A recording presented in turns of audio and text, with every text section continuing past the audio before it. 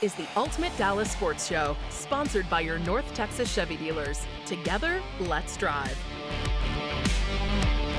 And we welcome you in to the Ultimate Dallas Sports Show. Joe Trahan, along with producer extraordinaire Andrew Seeley. And it is time to finally say goodbye to yet another Cowboys season. And it ends the same way it has for 30 years, with Cowboys fans forced to look forward, hoping that next year could be the year. After 3 decades, we shall see. We need to start doing an actual Christmas Carol to this. It's starting to get a regular thing, you know, Joe? I mean, back-to-back years we've missed the playoffs. It's not great. No, it's not great, and it doesn't feel like it's going to get better. Although change brings hope, and there will certainly be change. And speaking of, tell us what's on the show today, my friend. That's the perfect segue. I couldn't do it any better. Let's get into it with what's on the show.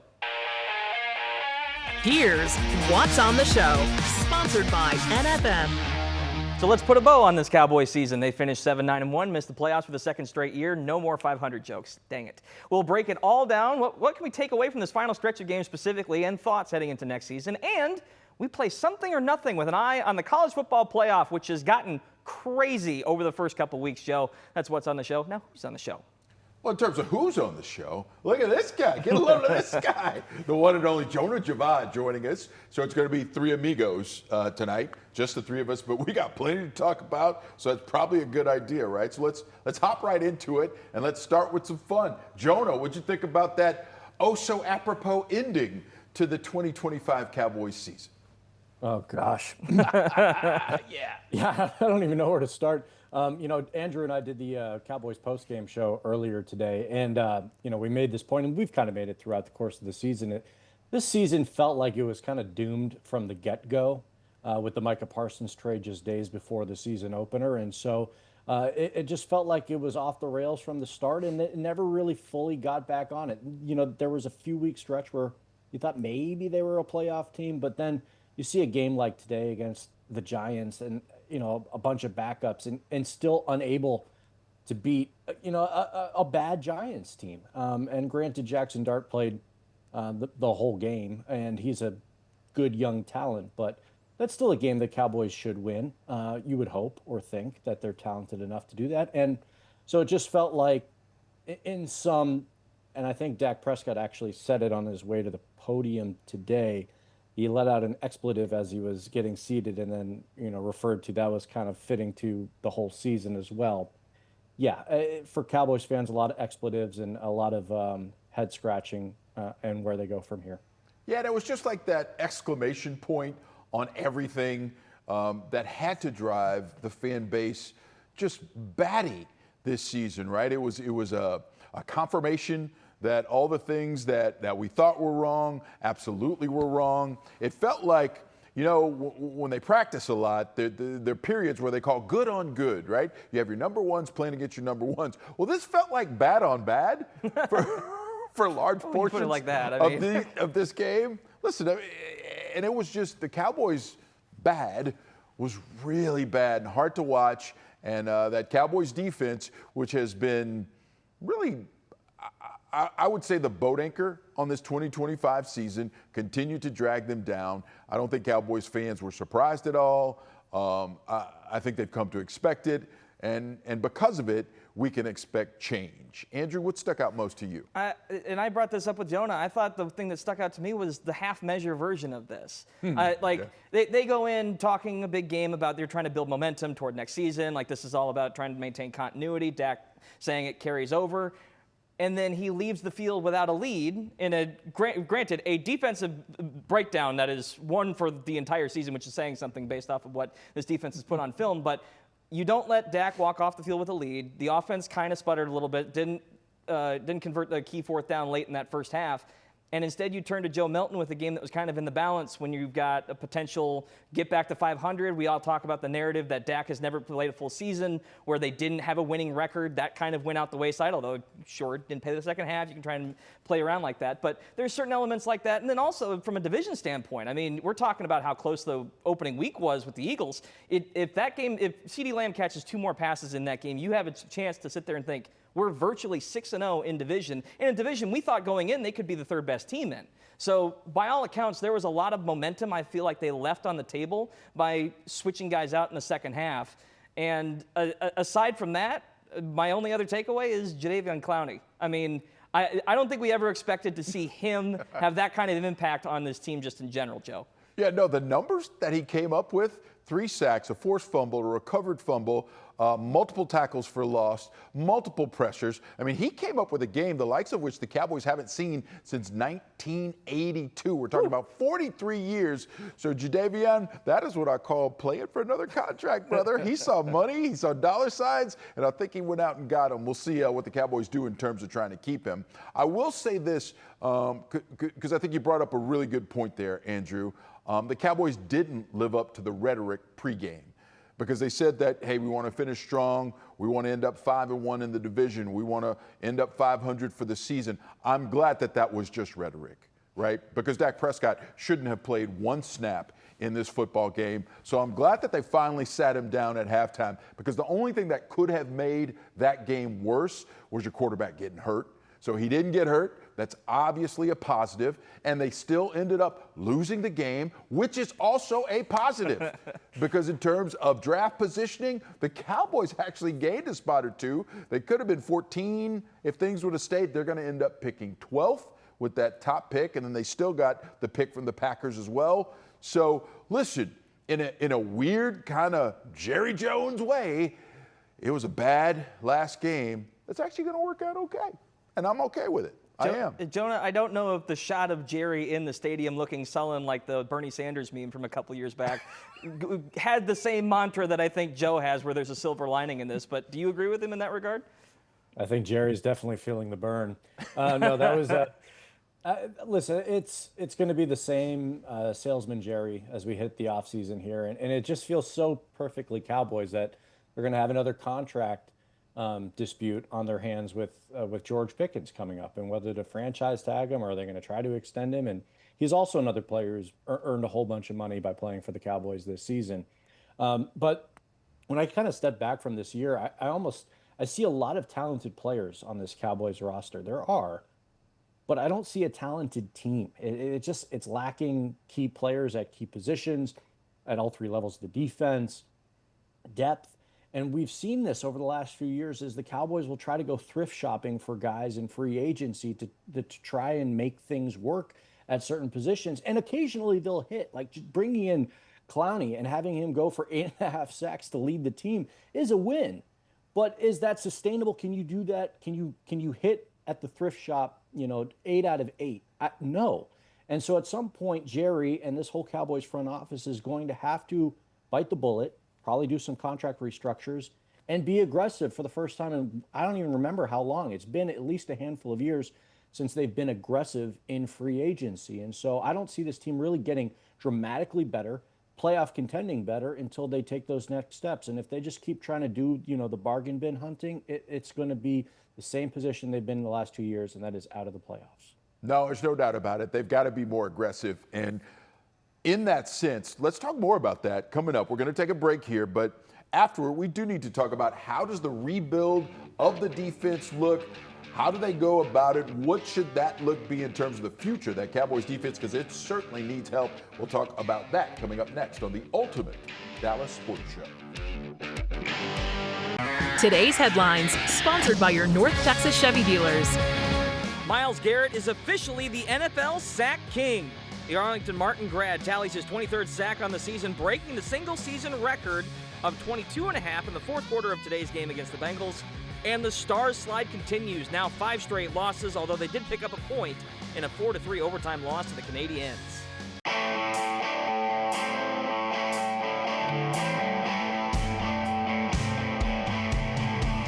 Before we get into the Cowboys' gloom and doom again, shout out to Myles Garrett. Dude has just been a menace the entire season. I feel like we all thought he should have gotten it at least 3 weeks earlier than they ended up doing, and I know Strahan's going to nudge him a bit about that he took 17 weeks to get there, but you can't, incredible achievement regardless. Fantastic. Great to see the Arlington Martin grad get it done. And if Strahan tries to do that, I think I'm not wrong here, that Myles can go back and say, how about you look at the snap count see how many snaps it took me to get the record as opposed to you, and I think he got there in fewer snaps. That's a nice little nugget in there. For sure. Let's go back and forth. But listen, it was great to see him get it. So since we're talking defensive line, let's start there when we talk about the Cowboys and the rebuild that they will have to do with that defense. Because listen, we all hope that they're going to re-sign Javonte Williams. We certainly are hoping that they can figure out a way to get a deal done with George Pickens. So let's just table the offense for a second, and let's start with the defense. And here's the first thing I've come up with, Jonah. You got to get rid of one of them in terms of the Cowboys' defensive line. Quinnen Williams, Osa Odigizua, or Kenny Clark. Who goes to save yourself some salary because you got to pay those guys on offense?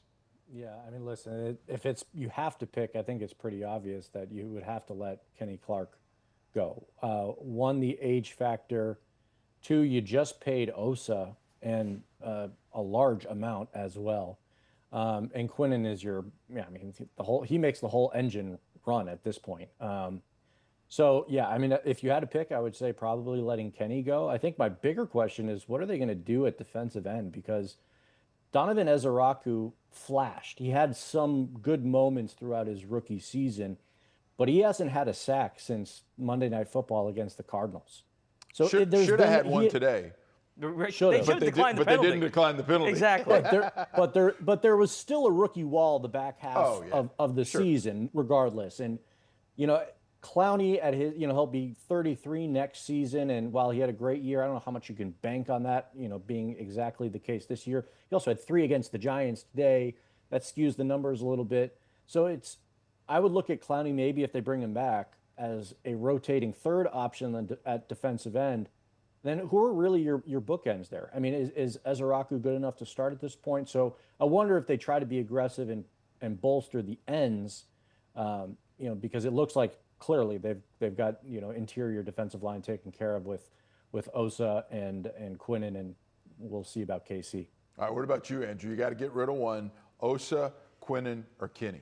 I want to preface this by saying I have been the Kenny Clark apologist on this show since the trade happened. I have been regular on that, but he's got to be it. Jonah mentioned it's the age part of it. And I think the sad thing is when you look at this Cowboys defense, front seven is the part I don't have an issue with. I mean, you can argue the linebacking core needs to get updated. I'm 100% with you on that. But this is all a secondary issue. The pressure will make a difference. Obviously, pressure changes how well corners look. I'm not saying that's not a significant piece of it, but I like the defensive line. I like even the ends that they've got right now. If Ezeraku blooms a little bit and they can keep the last vestiges of Clowney's career going, then that's fine. They got to stop letting everyone run wide open in the back end, Joe. Yeah, I don't like the ends that they have. I don't particularly like the linebacking core. I certainly don't like the back end.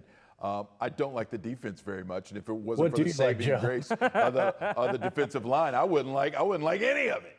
I mean, you need a complete restoration, right? You got some good bones in my guy Quinnen Williams that can be the foundation of this new house that you have to build. But outside of that, man, it's just listen. If someone would take a flyer on even trying to move Osa Odigizua, you have to think about it, right? I mean.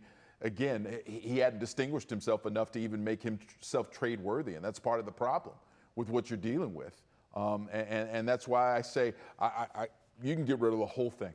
Just get rid of the whole thing.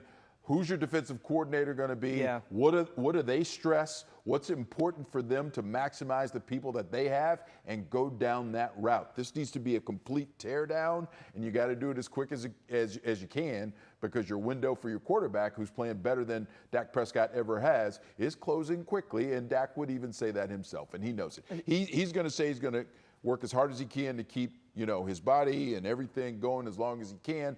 But, I mean, you got a couple years where he is going to be optimum Dak, and you need to try and hit it during that time. My concern with that approach is, and I get it, they were league worst defense practically the entire season, but some continuity has to exist to some degree. I mean, a complete overhaul feels like, again, you're going to start out the next season with a lot of these same issues once over. I have 5 defensive coordinators in 5 years, Jonah. How often are we going to keep this rat race going? You want continuity of what we saw this year? I'm saying some continuity. I said get rid of the back end, or there's got to be something that I don't know how else to phrase it. Because again, time can build connections. I think Osa did a lot for this team on and off the field, especially in and around Marshawn Nealon stuff. But Jonah, your thoughts on that regard? Well, I go back 2 years. I thought letting Dan Quinn go when they were still wishy-washy about McCarthy, that was an opportunity where they probably could have promoted Dan Quinn and had the defense playing, almost better than anyone else in the league. And obviously, the loss to the Packers in the playoffs will be remembered not fondly by Cowboys fans. But it's just so hard to see the juxtaposition 2 years later with this team, and a vaunted defense, everybody flying all over the field. And now it just looks like they sit back and just get picked apart by everyone. The new DC, whoever it is, and this is, again, assuming Eberflus is let go at some point in the next couple of weeks. He's got to come in and do a full assessment, who's going, who can stay, and then they got to get to it and get to work on finding guys that fit. All right, we got to get to a break real quick here, but stay with us. We're going to have a little fun with the college football playoff that got really good all of a sudden. That's up next on the Ultimate Dallas Sports Show. Stay with us.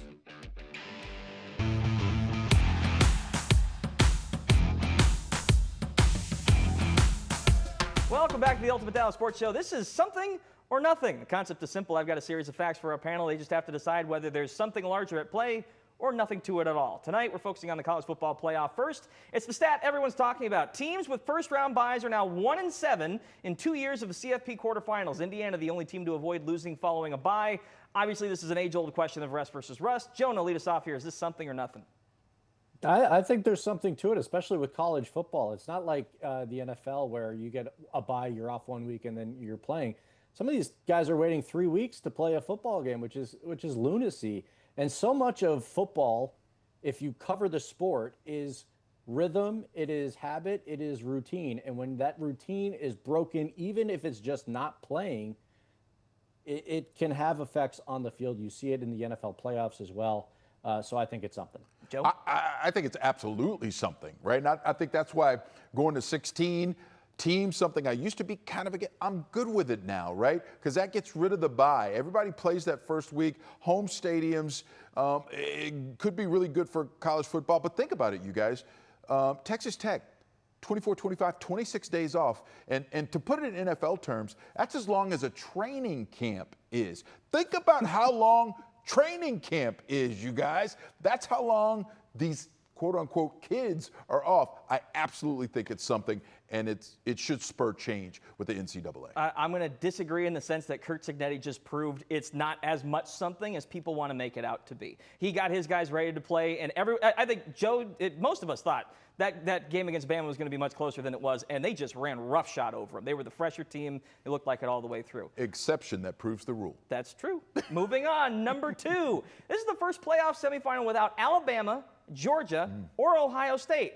I'm sure I'm not the only one saying thank goodness for that, but is this something of a larger trend we can look forward to, or nothing at all? Joe, lead us off. Yeah, I like this one because I think that this is something that we can look forward to because this is what NIL is going to bring, right? Because Alabama doesn't have the most money, as we've looked up and found out. So that Alabama coming in there every year because they had Saban and they had this and they had that, some of that's going to go away. We've seen the SEC not be as dominant as well. So I think NIL factors in, and the way this playoff is going to play out factors in as well. So I think you're on to something again. Look at you, you're on to something twice. Oh my goodness. Let's go, Seeley. 26. All right, Jonah, what do you think? Yeah, absolutely. I'll save my breath here. It's a big yes. It's absolutely something for all the reasons Joe mentioned. Wow, Jonah with a short answer for once. That's an interesting. I did kind of want to touch on this because I feel like it's been a long time coming, specifically with college football. I mean, for so long it was so restricted to either 2 teams or 4 teams, and there was always these teams that got the benefit of the doubt. Clemson, Alabama, Ohio State, and Georgia felt like they were always one of the final 5 or 6 teams that was toward the tail end of this. And to see.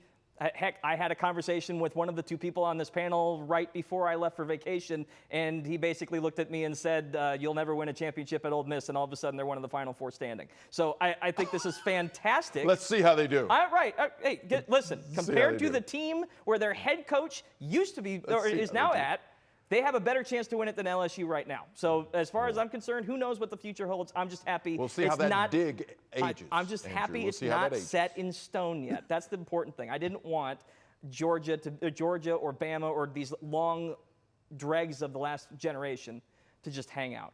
All right, great stuff, Jonah. Thanks so much. We're going to take a quick break here. Keep it on the Ultimate Dallas Sports Show.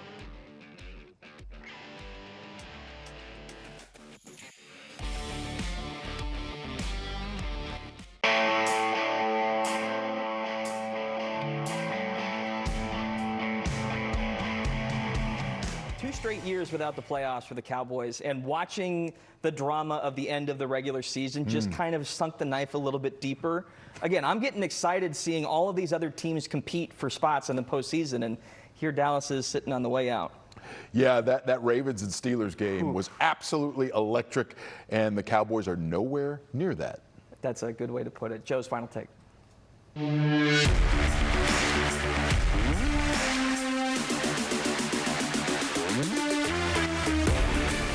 I want to talk to the Cowboys about intentionality. They've got a lot of work to do. They've got a lot of changes to make. That defense needs to be completely overhauled. And let's do it with intention. Let's do it with quickness. Let's not dally. Let's not wait for more leaves to fall or for any pages to turn in the book. Make it happen quickly, and get it done. That's my thought for the Cowboys, and that is my final thought, my final take for this show. Well, we couldn't get through 2026 without something going wrong this early on. It happens. It happens. We're all coming back from vacation, and hopefully the Cowboys can come back from this season a little bit better heading into next year. We can only hope. All right, that'll do it. Thanks so much for joining us here on the Ultimate Dallas Sports Show. For Andrew Seeley, I'm Joe Trahan. Cowboys fans, let's look forward to next year, shall we? Because that's what you have to do. Once again, thanks so much for joining us on the show. Have a great night and a great week. This has been the Ultimate Dallas Sports Show, sponsored by your North Texas Chevy dealers. Together, let's drive.